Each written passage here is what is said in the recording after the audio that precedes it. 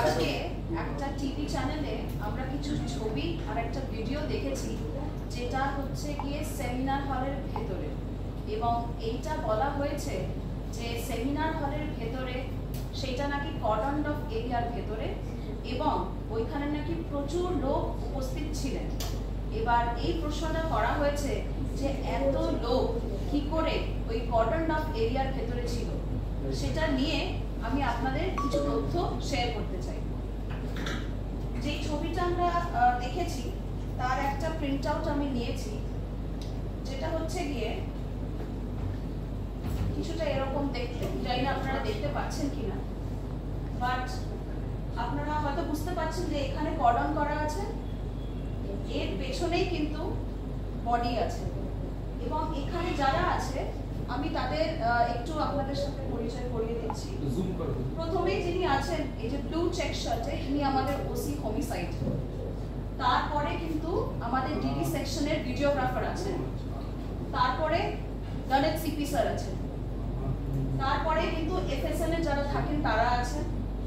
ইনি একদম কর্ডনের সামনে অ্যাডিশনাল সিপি 1 স্যার আছেন, আমাদের ওসি উইমেন গ্রিভেন্স সেল উনি এখানে আছেন, তালা থানার যিনি লেডি অফিসার উনি আছেন, তারপরে কিন্তু এফএসএল এর স্টাফ আছে। এটা একটা ছবি যেখানে যে কজন ছিলেন আমরা সবাইকে আইডেন্টিফাই করতে পেরেছি।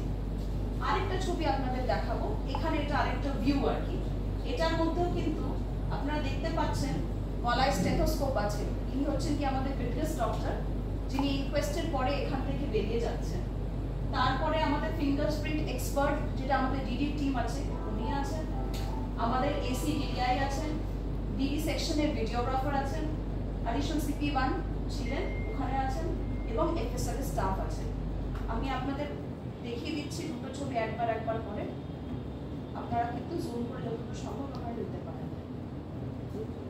এটা একটা, এটা আরেকটা।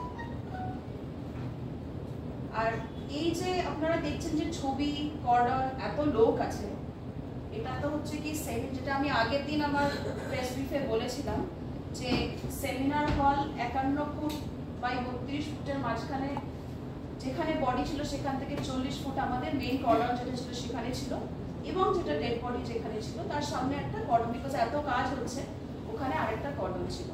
তো এই যে এত লোক, এটা বিভিন্ন সময়, মানে কখনো ফটোগ্রাফি টিম আসছে, কখনো ফরেন্সিক টিম আসছে, কখনো ইনকোয়েস্ট টিম আসছে। ফলে এই যে সময়টা আপনারা দেখছেন ছবিতে, এটা কিন্তু ইনকোয়েস্টের পরে, কারণ আমরা দেখলাম যে লেডি ডক্টর যিনি আছেন কিন্তু বেরিয়ে যাচ্ছেন, এটা ইনকোয়েস্টের পরের ছবি।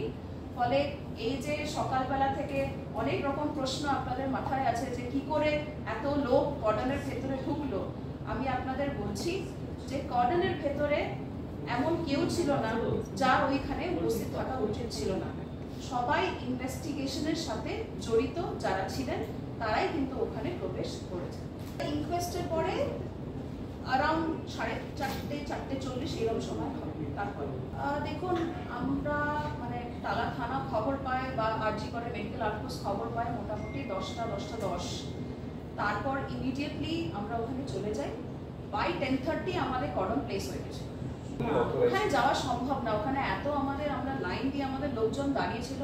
কর্ডনের ভেতরে কেউ ঢুকতে গেলে যে কেউ ঢুকতে পারবে না। আমরা দেখুন প্রচুর কেস আমরা হ্যান্ডেল করি, আমাদের স্পেশাল হোমিসাইড সেকশন আছে, ডিটেকটিভ ডিপার্টমেন্ট আছে, থানার যারা অফিসাররা আছে তারা অনেক কেস করে, বছরের পর বছর ইনভেস্টিগেশন আছে। পরে ইনভেস্টিগেশন প্রসেসের সাথে ট্যাম্পারিং করা, স্পেশালি এরকম কেসে একদমই সম্ভব থাকতে পারে। সেমিনার হলের বাইরে পুরো আর্চিকর বিল্ডিংয়ে প্রচুর সিসিটিভি ক্যামেরা, সেগুলোর প্রতি আমরা অবশ্যই দেখেছি, আপনারাও দেখেছেন সেই ফুটেজ সম্ভবত। আর এছাড়াও যারা ওখানে ডিউটিতে ছিলেন, কি ডকুমেন্টস ছিল, কারা যায়, কারণ এটা তো আমাদের একটা ইনভেস্টিগেশন প্রসেস, এগুলো প্রত্যেকটাই খতিয়ে দেখা হয়েছে, প্রত্যেকটাই সিবিআইকে হ্যান্ড ওভার করা হয়েছে। না, আমি তো এটা বলিনি যে 10:30টার সময় আমরা পৌঁছেছি। খবর আমরা 10:10 পেয়েছি। আপনারা জানেন যে আরজি করা আমাদের একটা মেডিকেল আউটপোস্টই আছে, আউটপোস্ট তো নিচেই আছে, ওটা ইনস্ট্যান্টলি চলে গেছিল, কিন্তু কর্ডনটা বাই 10:30 আমরা প্লেস করে দিয়েছি।